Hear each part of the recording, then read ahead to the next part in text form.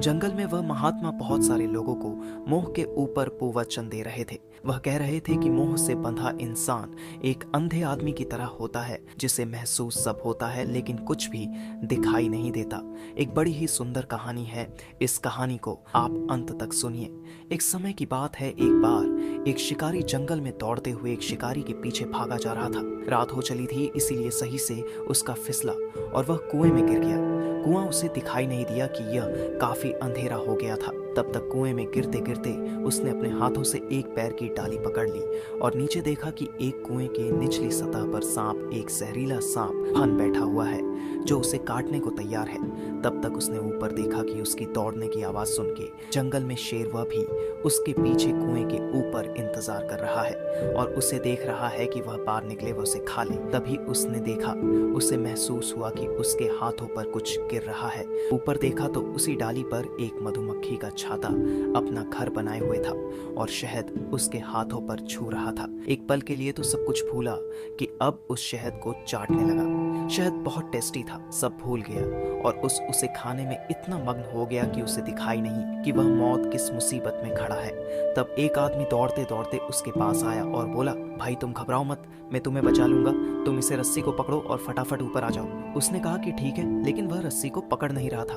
उसने बोला, क्या हुआ, रस्सी क्यों नहीं पकड़ रहे हैं, जल्दी करो। उसने कहा, 1 मिनट रुको, मैं शहद को एक बार फिर से चख लूं, क्योंकि मेरा बड़ा मन है। उसने कहा, टाइम नहीं है, तुम जल्दी करो। लेकिन शहद के चक्कर में वह कुएं में गिरा और सांप के काटने से उसकी मौत हो गई। महात्मा ने समझाया कि दरअसल वह शहद मोह है। मोह इंसान को ऐसे उलझा कर रखता है क्योंकि वह हमें वास्तविक से अलग कर देता है और हमें ठीक से सोचने और निर्णय लेने की क्षमता से न चिंता कर सकता है। एक मोहमय पूरे इंसान को कभी भी सही और गलत के बीच में वह चाव नहीं होती। वह हमेशा अपने फायदे के बारे में सोचता है या नहीं, जिसमें वह उसकी प्यारी वस्तु कभी उसे अलग ना हो, और यही वजह है और इसलिए वह मौत के आखिरी घर तक अंधेरे में रहता है। जब हम में आ जाते हैं तो हम अक्सर वस्तुओं या व्यक्तियों को अधिक आदर्श रूप में देखने लगते हैं, जिसमें हम उनकी कमियों को नजरअंदाज कर सकते हैं। इसके अलावा मोह है हमें बुरी आदतों या अनौकित कार्यों में ले जा सकती है, क्योंकि हम उस वस्तु या व्यक्ति के लिए कुछ भी करने को तैयार हो जाते हैं। अंत मोह से बचना और विवेकपूर्ण निर्णय लेना महत्वपूर्ण होता है। वो चीजों को इतना जटिल बना देता है कि वह न चाहते हुए भी उससे कभी बाहर निकल नहीं सकता।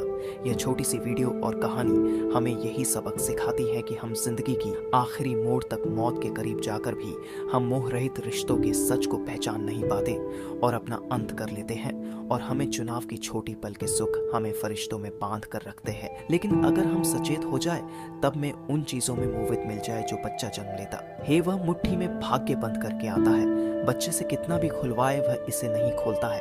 केवल पुरुषार्थ से यह भाग्य आसमाने अकेला यहाँ आया है।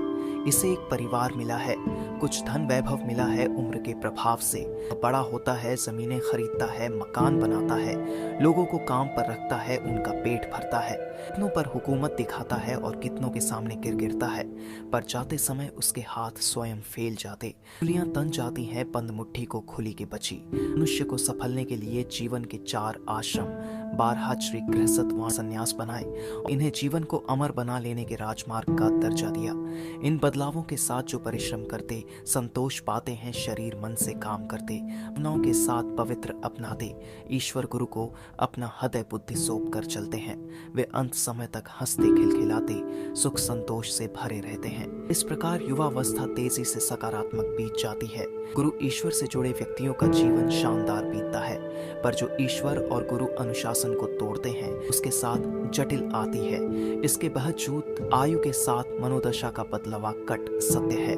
आयु और जीवन शैली में सामंजस्य बनानी ही व्यक्ति के स्वस्थ, समुचित एवं सुख जीवन का राजमार्ग है। बाकी अगर आपको यह वीडियो कहानी अच्छी लगी तो इस वीडियो को लाइक करें और सब्सक्राइब जरूर करें, और ऐसी कहानियां और देखने के लिए मेरे चैनल बुद्धा फैक्ट्स पर बने रहे।